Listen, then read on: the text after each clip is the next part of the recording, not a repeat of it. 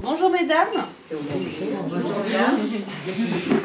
On rejoint Jessica, je pense, pour vous remercier d'être venues aussi nombreuses pour donc cette action Octobre Rose pour vous sensibiliser au dépistage du cancer du sein. Merci aussi. Je suis Noélia Trémaux, chargée de prévention et diététicienne au comité de Lyon de la Ligue contre le cancer.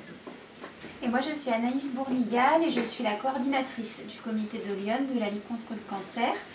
Donc on va déjà commencer ce petit atelier par un petit descriptif de notre association pour celles qui ne connaissent pas ce que fait la Ligue contre le cancer dans Lyon. Donc on a 3 missions.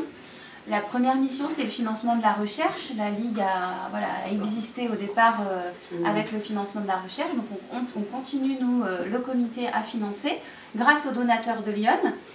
Donc environ, par exemple, l'année dernière, on a financé pour 300 000 € de projets de recherche contre le cancer. Donc juste dans Lyon. Sachant qu'il y a un comité de la Ligue contre le cancer par département. Et il y a un siège, une fédération à Paris. Voilà. On a une deuxième mission, c'est l'accompagnement des personnes malades et de leurs proches. Donc on propose ce qu'on appelle des soins de support. Donc c'est des soutiens qui sont adaptés aux personnes touchées par le cancer.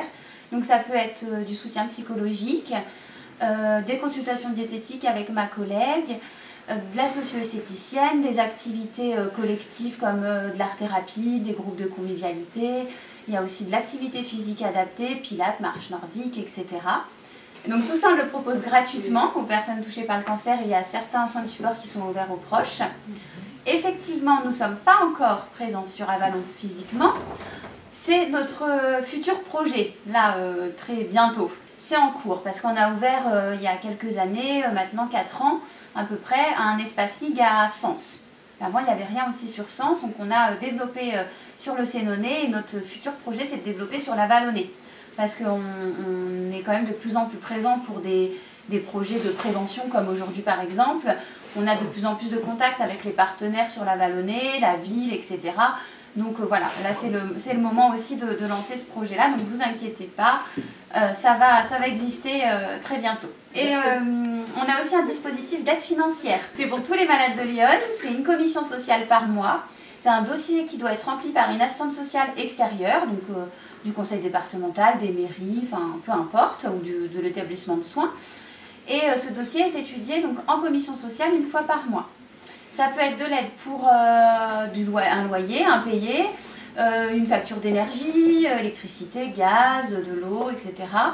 Rééquilibrage du budget, si le budget est un petit peu impacté, une aide alimentaire, un financement d'aide à domicile aussi par exemple. Voilà, ça peut être vraiment c'est assez varié, hein, les motifs d'aide financière. Avec ce dossier, il faut joindre un certificat médical du médecin qui explique où en est la maladie, etc. Donc ça, c'est mis sous pli confidentiel. Il n'y a que le médecin de la commission qui en prend connaissance.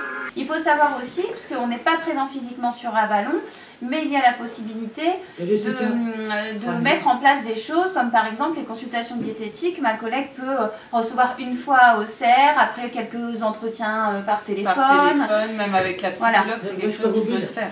Pour finir avec la troisième mission de la Ligue, c'est l'information, la prévention et la promotion des dépistages.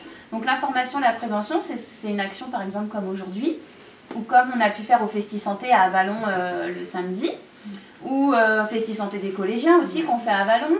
Voilà, ça fait partie de nos missions. Donc la promotion des dépistages, c'est aussi parler des dépistages et c'est ce qu'on va faire aujourd'hui. Du coup, je vais laisser ma collègue reprendre sur les dépistages. Je vais prendre le relais en effet pour aborder donc, le sujet du dépistage du cancer du sein. Je vous propose de tester vos connaissances à l'aide d'un quiz. Alors mesdames, à votre avis, est-ce que le fait de fumer augmenterait le risque de développer un cancer du sein? Oui. Pour vous, là, c'est assez unanime? Oui. Tout le monde pense qu'il y a un lien?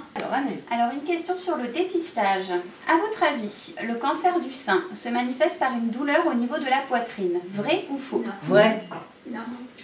Alors il y a un petit peu de tout. Non. Faux pour vous. C'est faux. On n'a pas forcément de douleur ou de symptômes quand on a un cancer. Hein. C'est pour ça qu'il faut aussi aller se faire dépister. Alors, une question sur le dépistage. À votre avis, le cancer du sein est le deuxième cancer le plus fréquent chez la femme. Vrai ou faux? Faux. Faux. Faux. Il y a le cancer de Jessica, le l'utérus. premier. Ouais, ça doit être équivalent, l'utérus et le cancer du sein. Alors là, ça serait le Ça serait le deuxième. deuxième le plus fréquent chez la femme.